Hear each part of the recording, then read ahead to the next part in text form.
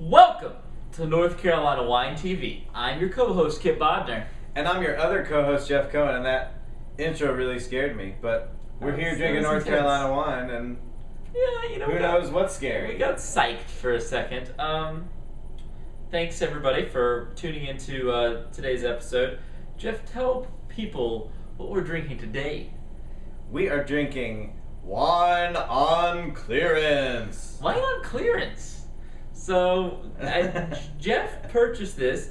It has been marked down to $5.99. Yes. So we're not sure if that's a good thing. That was so good they bought extra of it, or it didn't sell. They marked it down. So wine on clearance. So what wine was on clearance? And give us a little background here. Okay. Well, this is Stony Knoll. Okay, which is a Yadkin Valley winery, right? Yadkin Valley. They're located in Dobson, North Carolina. Okay. And it's a Cabernet Franc. It's actually a 2005. 2005, so that's 5 years old. So, I mean, that's got a decent bit of age on it. That's right. I would figure that it's been sitting on the shelf a while, but they did a nice job dusting the bottle because there's no dust on it. Well, that's good. Good.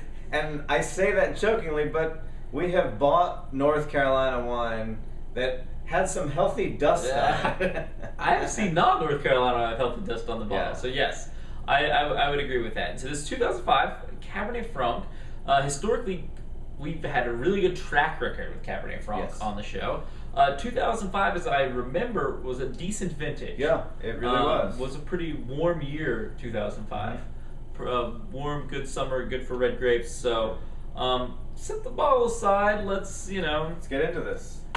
This is the second Stony Knoll wine we reviewed. We previously reviewed a Syrah of theirs. Mm-hmm. And I think we thought it was kind of okay, but it had some issues. Right, we were expecting big things from that one. We were led to believe that we should expect big things, and in wine, like in life, it is all about expectations. That's true. I don't know that I have any expectations about the clearance wine, but we're gonna give it a go. So I'm gonna smell this right now. Don't you have to say that? Wine on clearance. Dude, smell this right now. Smell it right now. Tell me the first thing that pops into your head. Go. I don't know what that smell is, but I don't like it. Old? No. Old people? No. Smell it. What does that smell like? What if we had a microwave in this room? It smells exactly like buttered popcorn. It does? It does. Old buttered popcorn. It does though. Like, do you Oh, it kind of just made me sick a little bit. That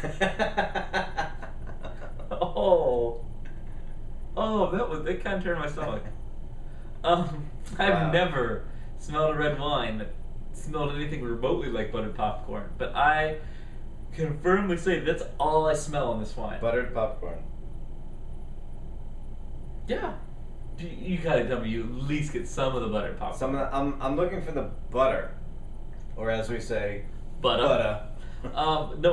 There's some buttered popcorn there, and it's pretty intense. I think I'm getting some butter now underneath. Okay. But there's no fruit. There's nothing else. There's no fruit there. I think if we had opened this up and poured it out, and all that came out was sawdust, it wouldn't smell that different. Okay. Because there's sort of an old nothing smell. Okay. All right. So $5.99 of hard-earned Jeff dollars. Let's see how I did. Let's. Are you ready to attack the buttered popcorn? I am. This is not a Chardonnay, though. Oh. Yeah, it's not. It should not have butter in it. No. Okay. So well, let's try it.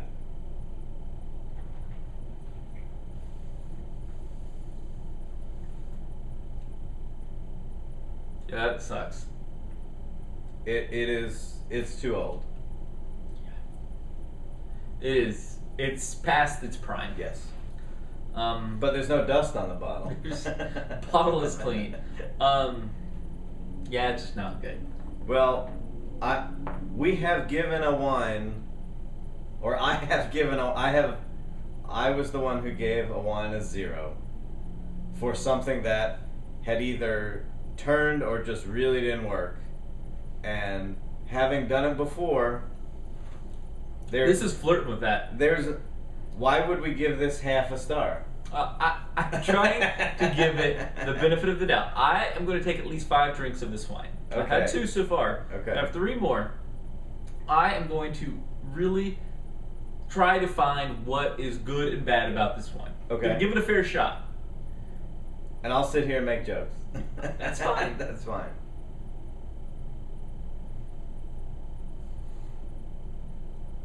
It's almost flavorless. Yes. Bitter and flavorless. There's a...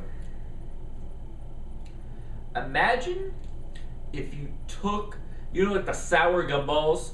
Imagine if you took all of the sour off the gumball, put it into a glass of water, and put like a drop of cranberry juice in it.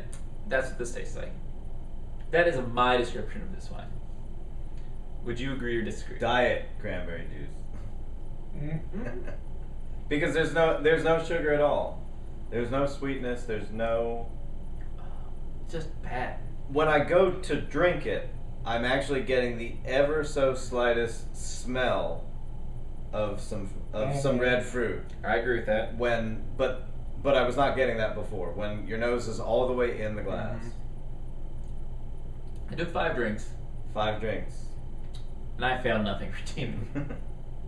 I think this is going to be a first. I think we're going to agree on this. Agree on the 0? I think this is a goose egg. I think it is a 0. Can I get my $5.99 back? Probably not. I'm pretty sure we couldn't give this a wine away. Yeah. It's not good. And the Syrah we had from there, again, like we said, I think we gave it a 3 or something. Right, I mean, it was right. a fair amount of wine. So it's not an attack on Stony Knoll. I think it is just this particular vintage and varietal, and when we're drinking it is just not good. And one of the things that I think is hard for people, myself included, is if you go to the store and buy a bottle of wine, to really understand what kind of wines are made for drinking now, and wines that are made for putting away and drinking in a few years. Obviously, if you do research and read wine magazines or go to websites, etc., watch other wine videos, you can learn the kinds of things that would help you determine if a wine you're buying should be put away or drunk now. But just walking into the store, buying something off the shelf, it's pretty hard to tell. Well, I found a rather simple answer to that question. Okay. It's kind of strange, but it's obvious. You emailed the winemaker. Oh, well. And I'm not saying it from because... the aisle of the wine store. Or no, maybe you go to the wine store one day and you're like, oh, a couple of these look really good, but maybe I'm not sure, if I should buy them now to have, for a special occasion coming up, or maybe I should hold them for a couple of years. And so I'm not saying just even from North Carolina, wine in general. I've done this with some California wines. I'll email the winemaker and hey, I saw this wine. You made how did you make it to drink? And they'll normally email back and say, in my mind, trying it, and I've tried it recently, it's going to be best, a year from now to 3 years from now, and that would really help put some perspective into that. So that's the best solution I have found to that problem. But 0. That's all I have to say. This is stay clear this way. Here's to the All-Star State.